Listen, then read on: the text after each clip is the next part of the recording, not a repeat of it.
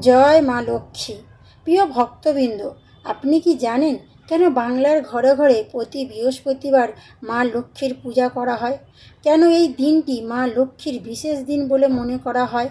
শাস্ত্রে বলা হয়েছে, যে পরিবার ভক্তি ভরে বৃহস্পতিবার মা লক্ষ্মীর ব্রত ও পূজা করে সেই পরিবারের দারিদ্র্য, অশান্তি ও দুর্ভাগ্য ধীরে ধীরে দূর হয়ে যায়। আজ আমি আপনাদের শোনাবো এক প্রাচীন পৌরাণিক কাহিনী, যেখানে স্বয়ং মা লক্ষ্মী পৃথিবীতে এসে মানুষের জীবন পরিবর্তন করেছিলেন।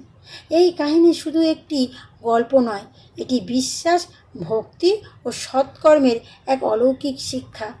তাই ভিডিওটি শেষ পর্যন্ত দেখুন। যদি আপনি মা লক্ষ্মীর ভক্ত হন তাহলে কমেন্টে লিখুন, জয় মা লক্ষ্মী। মা লক্ষ্মীর কৃপা সকলের ওপর বর্ষিত হোক। অনেককাল আগে গঙ্গার তীরে একটি ছোট্ট গ্রাম ছিল। সেই গ্রামে বাস করতেন এক দরিদ্র ব্রাহ্মণ ও তার স্ত্রী। তারা অত্যন্ত সৎ ও ধর্মপরায়ণ ছিলেন, কিন্তু সংসারে ছিল অভাবের শেষ নেই। দিনের পর দিন না খেয়ে কাটাতো। কখনো একবেলা খাবার জুটত, কখনো তাও নয়। তবুও তারা কখনো ঈশ্বরের প্রতি বিশ্বাস হারায়নি। একদিন বৃহস্পতিবার সকালে ব্রাহ্মণের স্ত্রী নদীতে জল আনতে গিয়েছিল। ফেরার পথে তিনি দেখলেন এক বৃদ্ধা মহিলা রাস্তার পাশে বসে আছেন। তার মুখে অপার জ্যোতি, কিন্তু পরনে ছিল সাধারণ পোশাক। বৃদ্ধা বললেন, মা, আমি খুব ক্ষুধার্ত, আমাকে কি একটু জল বা খাবার দিতে পারবে? ব্রাহ্মণী দুঃখ করে বললেন, মা, আমার নিজের ঘরে খাবার নেই, তবে আপনি আমার বাড়িতে চলুন, যা আছে তাই আপনাকে দেব। বৃদ্ধা মৃদু হেসে তার সঙ্গে গেলেন। বাড়িতে এসে ব্রাহ্মণী অল্প কিছু চাল ও সামান্য শাক রান্না করে বৃদ্ধাকে খেতে দিলেন। বৃদ্ধা অত্যন্ত সন্তুষ্ট হলেন। খাওয়া শেষ করে তিনি বললেন, মা, তোমার এই দয়া ও ভক্তিতে আমি খুব খুশি হয়েছি। আজ থেকে প্রতি বৃহস্পতিবার ঘর পরিষ্কার করে প্রদীপ জ্বালিয়ে আমার পুজো করবে। পরিবারের সবাই মিলে আমার কাহিনী শুনবে। আমি তোমার সংসারে সুখ ও সমৃদ্ধি আনব। এই বলে বৃদ্ধা হঠাৎ এক অপূর্ব জ্যোতির রূপ ধারণ করলেন। ব্রাহ্মণী অবাক হয়ে দেখলেন, তার সামনে দাঁড়িয়ে আছেন স্বয়ং মা লক্ষ্মী। মা লক্ষ্মীর চারপাশে স্বর্ণের আভা ছড়িয়ে পড়ল।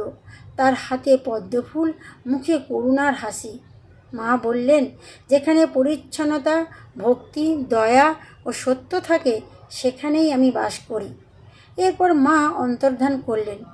ব্রাহ্মণী আনন্দে কাঁদতে কাঁদতে তার স্বামীকে সব কথা বললেন। পরের বৃহস্পতিবার তারা নিয়ম করে ঘর পরিষ্কার করলেন, আলপনা আনলেন, প্রদীপ জ্বালালেন এবং ভক্তি ভরে মা লক্ষ্মীর পূজা করলেন। কয়েক সপ্তাহের মধ্যে আশ্চর্য পরিবর্তন দেখা গেল।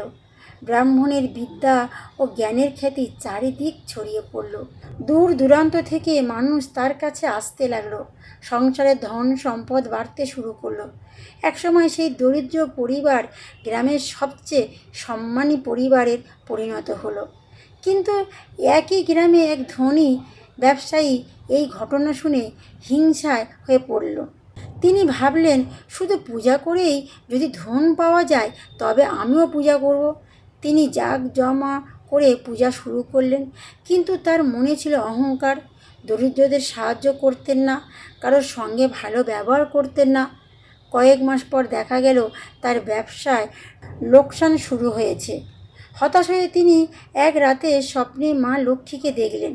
মা বললেন, শুধু ধূপ দীপ দিলে আমি সন্তুষ্ট হই না, আমি সন্তুষ্ট হই ভক্তি, সততা, দয়া ও নম্রতায়। ঘুম ভেঙে ব্যবসায়ী নিজের ভুল বুঝতে পারলেন।